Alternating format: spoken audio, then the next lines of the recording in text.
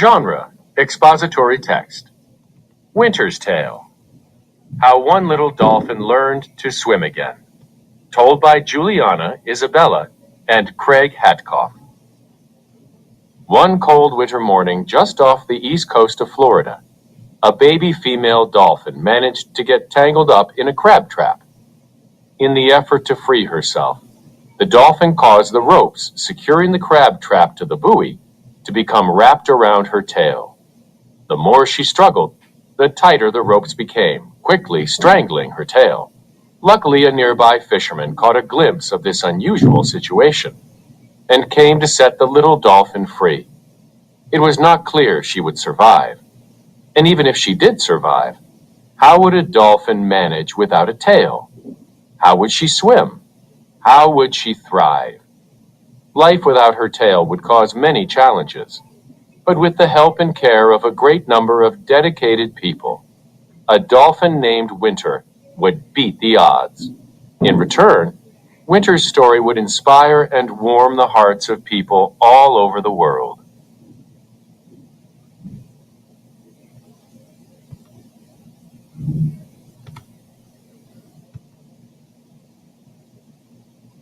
December 10th, 2005 was a chilly Saturday. Jim Savage was the only fisherman braving the bitter wind in Mosquito Lagoon that morning. As Jim steered his boat in the dim light, he noticed a line of crab traps rigged just beneath the water's surface. One trap seemed to be going in a direction opposite from the others. Something was pulling it against the strong wind. Jim idled his boat and steered slowly toward the trap. Even before he could see anything, he heard a harsh, rasping sound over the sound of the waves. When he searched the murky water, Jim found a baby dolphin gasping for breath. She was caught. A rope from the trap was wrapped tightly around both her mouth and tail. The dolphin was so tangled in the rope that her small body was curled like a horseshoe, her mouth pulled close to her tail. Jim spoke to her, assuring her that he was there to help. He knew he needed to free her head first, so she could raise her blowhole out of the water and breathe normally. The dolphin struggled as Jim used his fish cleaning knife to cut the line that tied her mouth and tail together. A badly injured Winter in Mosquito Lagoon shortly after being freed. Several minutes later, Jim pulled off the last of the rope, and the young dolphin swam away from the boat.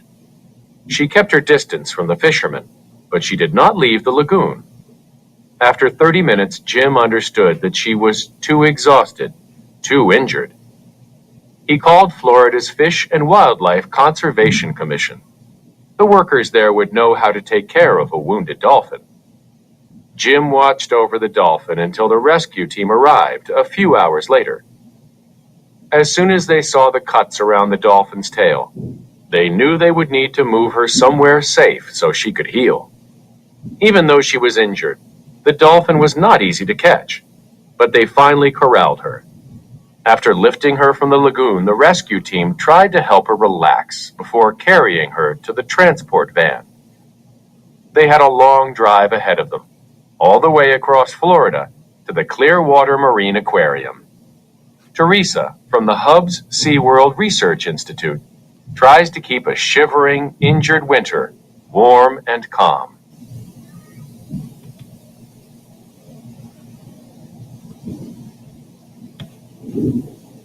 A small, anxious crowd awaited the dolphin's arrival at the aquarium. The group included a veterinarian, dolphin trainers, and volunteers. When the van pulled up, they were all ready to help. It had not been an easy journey. The dolphin had been out of the water for more than 3 hours. On top of that, the night air was cold. It was so chilly that the group decided to name the dolphin Winter. The rescue workers carefully moved Winter to a holding tank. Abby, the head dolphin trainer, stood alongside Winter in the tank. Immediately, the veterinarian evaluated Winter's health. It was clear the little dolphin was badly injured. The vet estimated that Winter was only 2 or 3 months old. In the wild, baby dolphins drink their mother's milk until they are about 2 years old. Winter was so young that she would not know how to eat a fish if they offered it to her. But she needed food. The only choice was to gently insert a special feeding tube down her throat. Winter was probably still scared from her ordeal, so although the tube did not hurt, she continued to struggle. Abby and the rest of the aquarium staff knew, however, that it was good that Winter was struggling. It showed she still had the heart and energy to protect herself. It would take time for Winter to accept help from all of the many people who were making it possible for her to survive. On Winter's second day at the aquarium, Abby showed her a bottle. The bottle contained a milk formula developed for zoo animals. At first, Winter did not know what the bottle was for. It took her a week to get the hang of drinking from it. And then the staff no longer needed to feed her with the tube. Each day they weighed Winter. She started to gain weight. It was a good sign. Winter was still very sick. The rope from the trap had wrapped so tightly around her tail that it had stopped the blood flow. Pieces of her tail were starting to flake off, little by little. Nonetheless, by the end of the week, Abby and the other trainers no longer felt they had to support Winter in the water. They encouraged her to swim on her own, and then, just as everyone feared, Winter lost her tail. What was left was a fleshy stump that would heal over time. Would Winter be able to swim without her tail?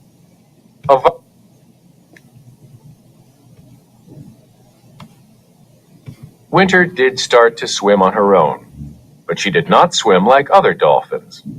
Her tail stump swished from side to side, more like the motion of a fish or a shark than the up and down tail action of a dolphin. Still, it was amazing. Winter had taught herself an entirely new way to swim. Her trainers were impressed, but they were also concerned that she might damage her backbone by swimming the wrong way. Although Winter's tail had fallen off, the wound had healed. She was getting used to her new home and her handlers.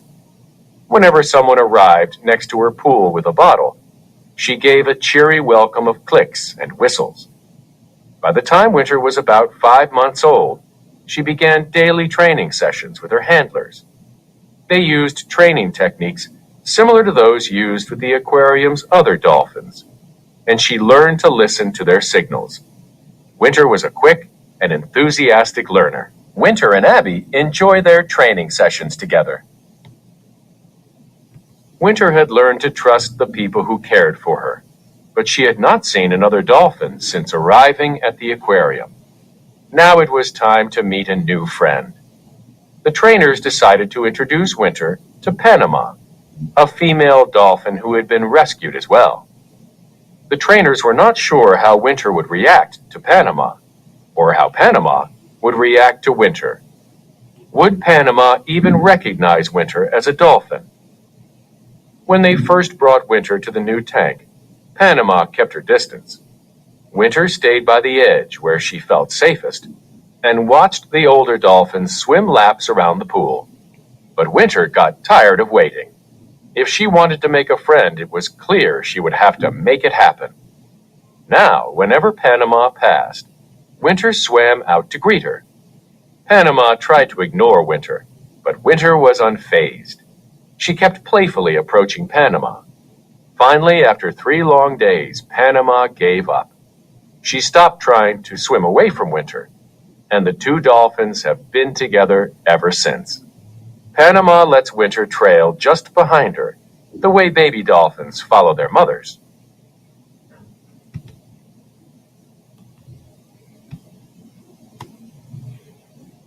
When Winter was about a year old, NBC's The Today Show broadcast a story about her on television. Now the word was out. Winter was famous. People started to come in droves to visit her at the Clearwater Marine Aquarium. The charming young dolphin also started to receive letters from her new fans, including many people who knew someone who had, or had themselves lost or been born without a limb.